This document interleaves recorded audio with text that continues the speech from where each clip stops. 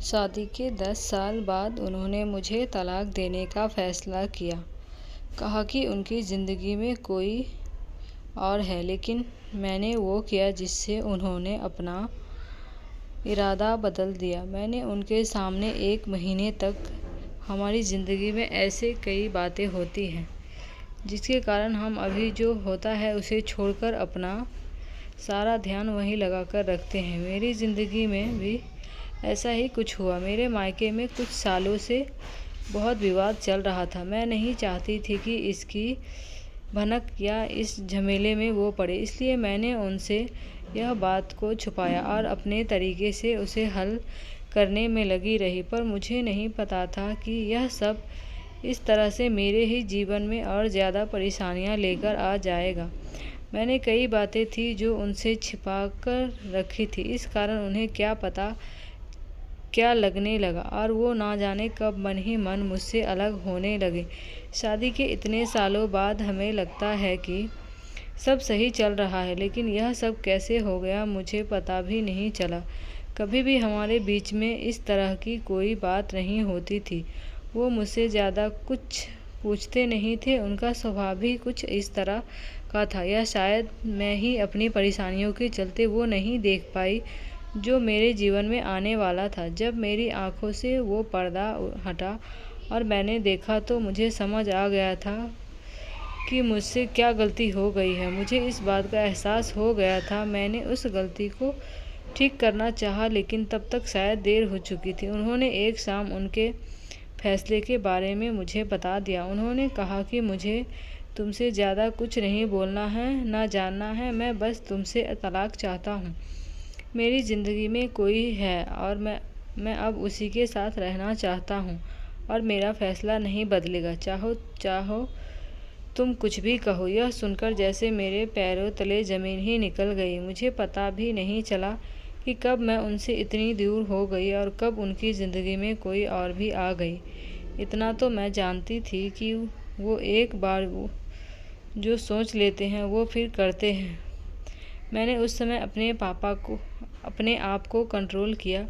मैं उनसे बैठकर बात करना चाहती थी, उनसे सवाल जवाब करना चाहती थी। अगर अब मुझसे प्यार नहीं करते तो मुझे उनके जीवन से चले ही जाना चाहिए। मुझे यही लग रहा था, क्योंकि उन्होंने मुझे साफ साफ कह दिया था। कभी कभी मैं क्या विचार करती, क्या मुझे कुछ समझ नहीं आ रहा था कि आखिर मैं क्या करूं। कुछ दिनों तक हम लोग इस तरह घर में ऐसे रह रहे थे जैसे कि अजनबी इंसान हो। हमारे बीच किसी तरह की कोई बातचीत होती नहीं थी। मैं अपने आप को और उन्हें कुछ समय देना चाहती थी। मुझे एक मन ऐसा कर रहा था कि वो अगर किसी और से प्यार करने लगे हैं तो मुझे उनके साथ नहीं रहना पर उन पर गुस्सा भी आ रहा था। पर मैं अपने रिश्ते को और कुछ समय देना चाहती थी। आखिर गलती मेरी भी थी, मैंने भी उन्हें नज़रअंदाज कर रखा था। इसी दौरान करीब 2 महीने बाद उन्होंने तलाक के पेपर रेडी करवा लिए और मेरे सामने रख दिए। कहा इस पर साइन कर दो। मैंने फिर भी उनसे बात करना चाहा, लेकिन वो दरवाज़ा बंद करके अपने कमरे में चले गए। पूरी रात मेरी रोने में निकल गई, लेकिन शायद अब उन्हें मेरी सिसकियाँ सुनाई नहीं दे रही थी। अगली शाम उन्होंने फिर कहा कि इस पर साइन कर दो, अब कोई फ़ायदा नहीं है, मेरा फ़ैसला नहीं बदलने वाला। तलाक के बाद तुम्हें जो चाहिए मैं दूंगा, बस तुम इस पर साइन कर दो। मेरी ज़िंदगी में कोई है, अब मैं तुम्हारे साथ नहीं रह सकता।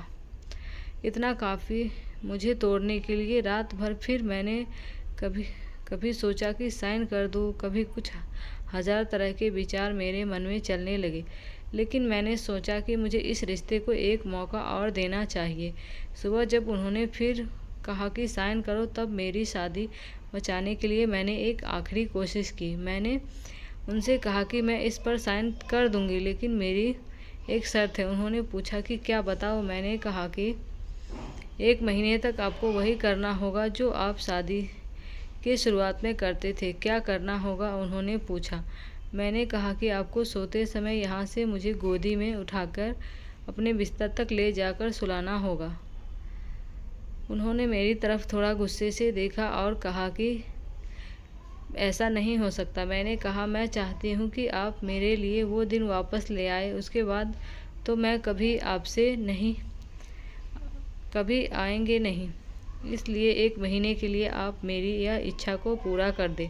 आप नहीं मानेंगे तो मैं भी इस पर साइन कर दूंगी, लेकिन अगर मान जाते तो नहीं, साइन करते वक्त मेरा दुख थोड़ा कम हो जाएगा।